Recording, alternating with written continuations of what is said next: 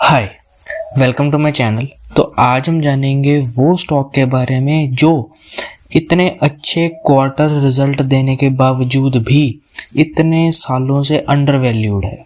और ये स्टॉक जो है ये पिछले कई सालों में बहुत अच्छी रिटर्न दी है। और ये स्टॉक इंडिया की सबसे बड़ी कंपनी का स्टॉक है जिसका नाम है रिलायंस इंडस्ट्रीज लिमिटेड, जो अभी 2430 के लेवल के आसपास चल रहा है और जिसका मार्केट वैल्यू 16,50,000 करोड़ का है, जिसने Q3 फाइनेंशियल ईयर 23 का रिजल्ट बहुत अच्छा दिया है। रेवेन्यू बहुत बड़ा है लेकिन नेट प्रॉफिट कम हुआ है।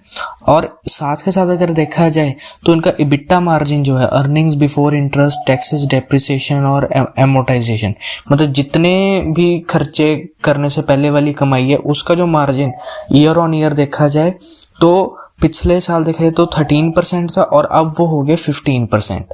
और खासकर कि जो कंज्यूमर बिजनेस हुए हैं, रिटेल और टेलीकॉम, उसमें काफ़ी अच्छी ग्रोथ हुई है। सिर्फ और सिर्फ केमिकल्स बिजनेस में इनका प्रॉफिट मार्जिन काफ़ी कम है, बाकी हर बिजनेस में इन्होंने बहुत अच्छी ग्रोथ दिखाई है।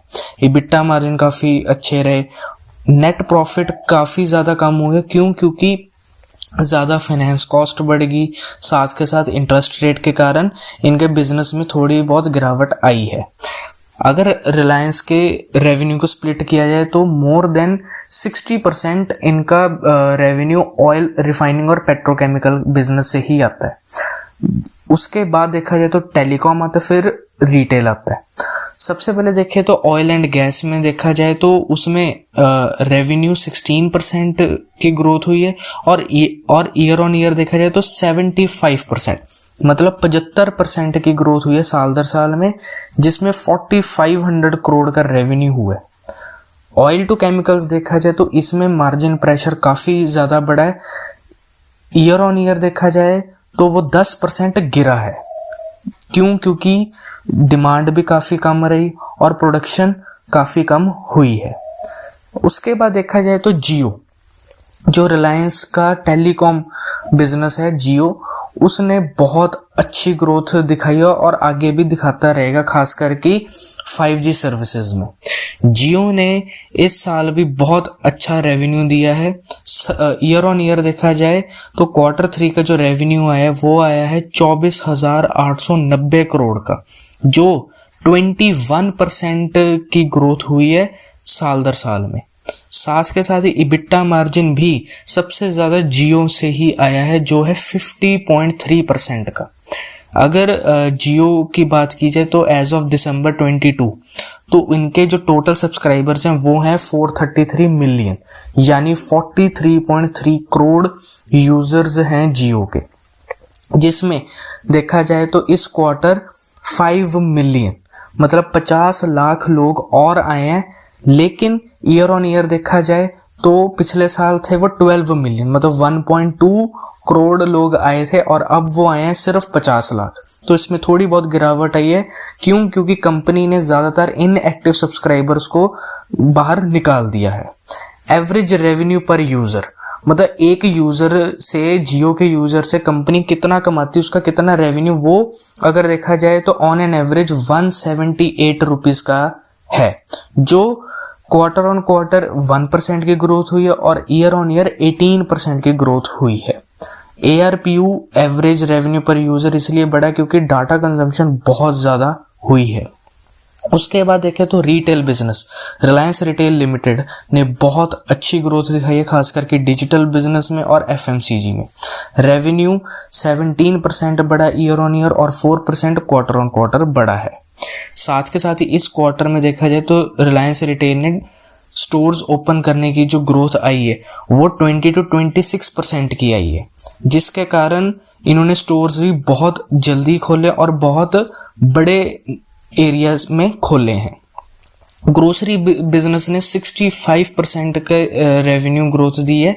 साथ के साथ देखा जाए तो 13% ईयर ऑन ईयर फैशन और लाइफस्टाइल से आया है। 65% की ग्रोथ इसलिए आई है क्योंकि फेस्टिव सीजन में फ्रूट्स, वेजिटेबल और पैकेज फूड्स, गिफ्टिंग आइटम्स बहुत ज़्यादा बिकी हैं। और 13% फैशन इसलिए है क्योंकि फेस्टिव सीजन और वेडिंग सीजन में इनकी काफ़ी ग्रोथ रही है। साथ के साथ जो इनके न्यू बिजनेस आए हैं जैसे फार्मा और अर्बन लैडर जो इन्होंने खरीदा है, उसमें देखा जाए तो फार्मा में 93% की ग्रोथ हुई है और अर्बन लैडर में 21% की ग्रोथ हुई है। अगर हम रिलायंस रिटेल क्वार्टरली रिजल्ट देखें तो क्वार्टर ऑन क्वार्टर 4% हुआ, जो रेवेन्यू है 67,000 करोड़ से भी ज़्यादा का, और year on year 17%। EBITDA margin भी बड़ा है और इबिट्टा जो टोटल आया है वो 25% बड़ा है, year on year 8%, quarter on quarter. जो पिछले साल 3800 करोड़ का था, अब वो है 4700 करोड़ का। उसके बाद देखें तो जो इनका नया है डिजिटल बिजनेस और साथ के साथ इनका ऑनलाइन बिजनेस जियो मार्ट, उसमें भी 18% से 38% की ग्रोथ आई है रेवेन्यू में। और साथ के साथ रिलायंस रिटेल ने अभी अभी लोटस चॉकलेट को खरीदा है, जिसकी वजह से लोटस चॉकलेट और रिलायंस के शेयर में काफ़ी तेज़ी आई है। और हाल ही में न्यूज़ ये आई है कि रिलायंस रिटेल ने अपना नया FMCG बिजनेस शुरू किया, हिंदुस्तान यूनिलीवर और ITC और नेस्ले जैसी बड़ी कंपनी को टक्कर देने, जिसका नाम उन्होंने रखा है इंडिपेंडेंस ब्रांड। इंडिपेंडेंस ब्रांड रखा है और ये अभी गुजरात में ही लॉन्च हुआ है, जिसमें शुगर, बेसन, दाल, आटा, कुकिंग ऑयल, वाटर, हर एक चीज मिलेगी जो on an average her customer daily use करता है।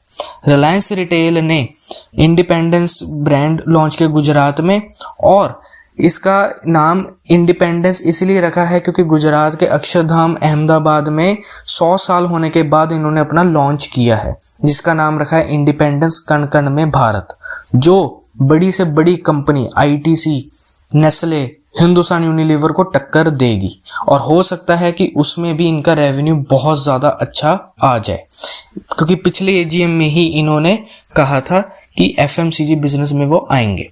उसके बाद 5G सर्विसेज की बात की जाए तो 5G सर्विसेज में जियो ही एयरटेल से बहुत ज़्यादा एक्सपैंड कर रहा है और 2 लाख करोड़ से भी ज़्यादा की इन्वेस्टमेंट की है और सबसे बड़ा स्पेक्ट्रम के ऑक्शन जीते हैं। साथ के साथ 135 सिटीज़ में भी आ गए, 22 स्टेट में आ गए, और इनका ये है कि 2023 तक मोर देन 100 मिलियन लोगों को जियो फाइबर और जियो 5G कनेक्टिविटी दें। साथ के साथ ही जियो एयर फाइबर भी इनका नया लॉन्च हुआ है। उसके बाद देखें तो रिलायंस का जो नया बिजनेस है रिलायंस न्यू एनर्जी लिमिटेड, उसमें जामनगर में गीगा फैक्ट्री भी लॉन्च होगी 2023 से 2024 तक, जिसमें 5 गीगावाट की मैन्युफैक्चरिंग लगेगी और सोलर PV सेल 10 गीगावाट की कैपेसिटी लगेगी।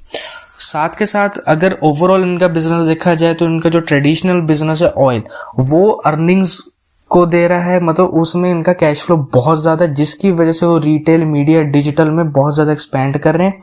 लेकिन रिटेल, मीडिया, डिजिटल जो ये 3 हैं रिलायंस के, उसमें लॉन्ग टर्म में ग्रोथ ऑयल से भी ज़्यादा की आएगी। वैल्यूएशन की आप बात करें तो जैसे आप देख सकते हैं कि जियो की वैल्यूएशन 7 लाख की है, रिलायंस की रिटेल की 10 लाख तक जाने लगी है, तो टोटल वैल्यूएशन अभी 21 लाख करोड़ की है, जिसमें जियो और रिटेल का भी IPO आएगा।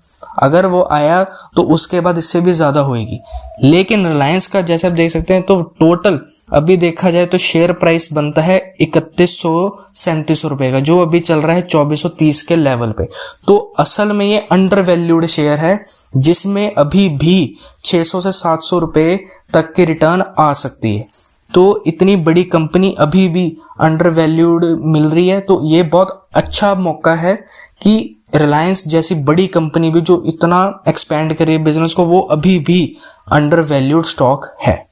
तो ये थी आज की वीडियो पूरी की पूरी रिलायंस इंडस्ट्रीज के बारे में। उम्मीद है कि आपको वीडियो पसंद आए। लाइक, शेयर, सब्सक्राइब जरूर करें। Thank you.